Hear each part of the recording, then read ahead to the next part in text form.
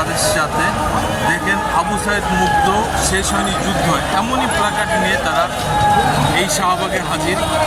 এবং শাহবাগে হাজার হাজার লাখ লাখ নেতাকর্মী বাংলাদেশ জামাত ইসলামের এখানে হাজির।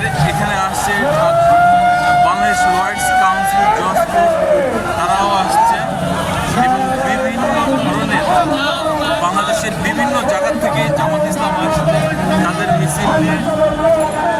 সবাই এই শাহবাগের সামনে জড়ো হচ্ছে। আজকে 5 আগস্ট, যে 5 আগস্ট হাসিনা পালিয়ে যাওয়ার এই দিনে সবাই একতা প্রকাশ করে শাহবাগে হাজির হয়েছে।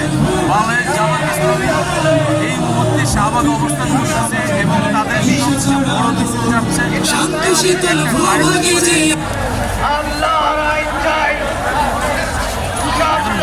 মানুষের লোকারণ্য, এত মানুষ জামাত ইসলামের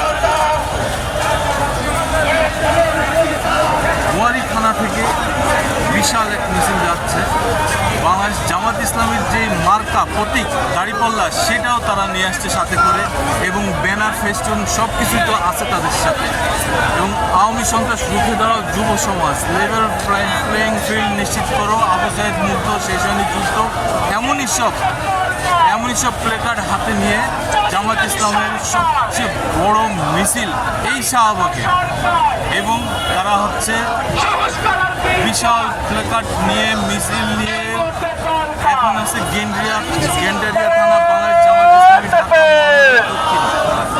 বিশাল এক মিছিল নিয়ে তারা শাহবাগ মোড়ে অবস্থান করছে। আপনারা দেখছেন